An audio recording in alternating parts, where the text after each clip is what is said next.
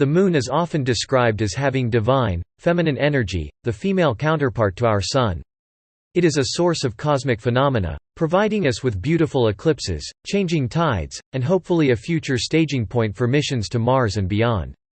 But when we start to look at the Moon under a closer lens, a number of aberrant characteristics suggest that it might be hollow, and that there may be a secret moon base. The Moon rings like a bell. The Apollo missions and subsequent Moon landings have been at the center of controversy and conspiracy for years. There has been an interminable debate as to whether we actually landed on the Moon, what was found there, or to what extent NASA has been hiding information from us. But amid the quarreling and speculation, the number of anomalous features on the Moon has puzzled scientists and conspiracy theorists alike. Toward the latter end of the Apollo missions, NASA astronauts placed seismic recording devices on the lunar surface to document artificial and natural moonquakes. Their equipment recorded activity ranging from meteorite strikes to man-made explosions, and crash landings of Apollo rockets. Even the Sun's heat created seismic activity when it caused the Moon to thaw on a daily basis. The astronauts were given a series of ALSEPs, or Apollo Lunar Surface Experiment packages to set up seismographs and initiate detonations ranging from shotgun-like charges to mortars with multiple grenades. Eventually, NASA intentionally crash-landed the Apollo 12 module as well as the SIVB rocket, setting off an explosive force equivalent to nearly 12 tons of TNT. What they found was that the Moon rings like a bell, reverberating sometimes for hours at a time. Not knowing much about the Moon's material composition, NASA and the Apollo astronauts were astounded by what they heard and the results that it entailed. Clearly the Moon's density was significantly less than the Earth's. The Moon is a little more than 1/4 of the size of Earth, another bizarre characteristic compared to any other natural satellite in our cosmic region. Of all the moons in the Solar System, ours is the 5th largest. No other planet that we're aware of has a moon that is as proportionately big as ours.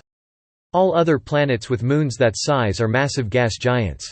Neptune, the closest in size with a moon that big, is 4 times the size of Earth. The Moon is about 2,100 miles in diameter, compared to the Earth's nearly 8,000-mile diameter, yet the mass of the Moon is only 1.2% of Earth's, while the volume of the Moon is only 2% of Earth's. After NASA conducted these tests, it concluded that the Moon has a similar composition to our planet, although significantly less dense, with a 31-mile crust of mineral plagioclase, a mantle of olivine and pyroxene, and a very small core of iron and sulfur. But when the Apollo astronauts first landed on the Moon, they had difficulty drilling into the surface of the craters, which are anomalies in themselves. Craters are thought to be the result of meteorite and asteroid impacts, meaning there should be a certain proportion between their depth and width.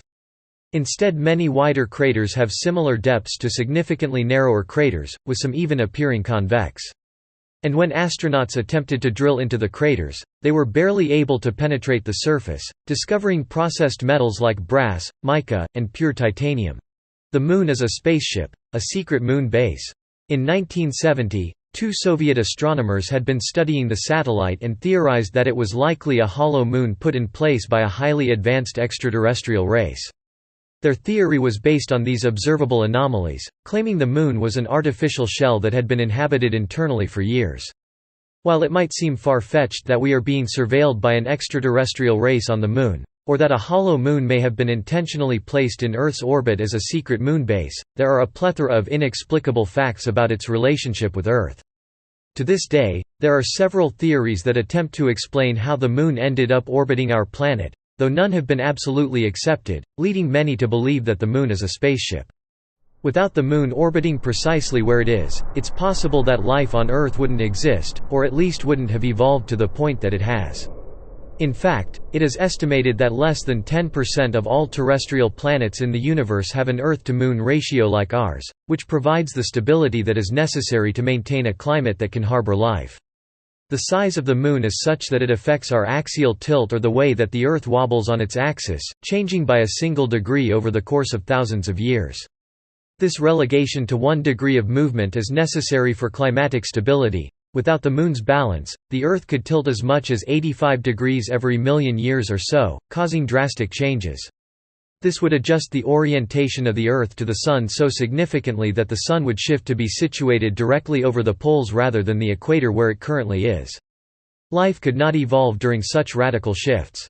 Is the Moon artificial? There are two ways that planets typically acquire moons, through accretion or capture. The process of capturing a moon is just like it sounds. A moon will drift into the orbit of a planet and become trapped in its gravitational field. In the process of accretion, a moon is formed at the same time as the planet from the accretion disk of the Solar System. But this theory has been widely dismissed due to the differences in core composition and the fact that the Moon is almost a billion years older than the Earth. In fact, the mineral composition of rocks found on the surface of the Moon varies drastically from those found on Earth. The abundance of titanium is one example of such an anomaly, with certain lunar samples containing up to 10% of this precious mineral. The highest abundance of titanium-rich minerals on Earth has never exceeded 1%. There are other processed metals found on the Moon like mica and brass, as well as the presence of radioactive elements like uranium-236 and neptunium, none of which are found naturally on Earth.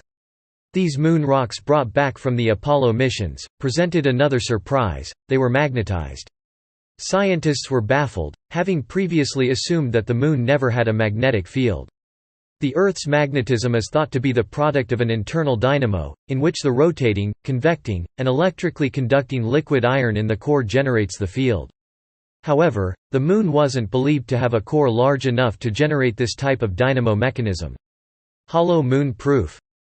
According to Zulu legend, our hollow moon was put in place by two brothers with scaly, fish-like skin. The legend tells of Wawayne and Mpanku, who brought the moon to Earth after stealing it from a great fire dragon. They are said to have emptied out the egg-like satellite of its yolk, subsequently placing it in orbit around the Earth. Prior to this, the planet was said to have been shrouded in a sheath of watery mist, which came raining down to Earth once the moon came into orbit. Some believe that this deluge of water may be a reference to the Great Flood that destroyed the antediluvian civilizations. The two brothers mentioned also bear similar characteristics to Enki and Enlil of ancient Sumerian lore, who was responsible for instituting the first civilizations of man and are often depicted wearing fish garb. Another strange characteristic recorded on the Moon from one of Apollo 14's ALSEPs was the presence of a cloud of water vapor on the Moon. After 40 years, NASA reported finding the presence of water in rock samples brought back from these missions, stating that the discovery would change how we think about the Moon. A further examination showed that this water had twice the levels of a deuterium isotope compared to water found on Earth. Furthermore, they said there was reason to believe that there are 600 million tons of water trapped in craters on the Moon. At the time of the Apollo 14's discovery of water vapor, NASA claimed that it was the result of ruptured water tanks that had leaked Earth water into the atmosphere.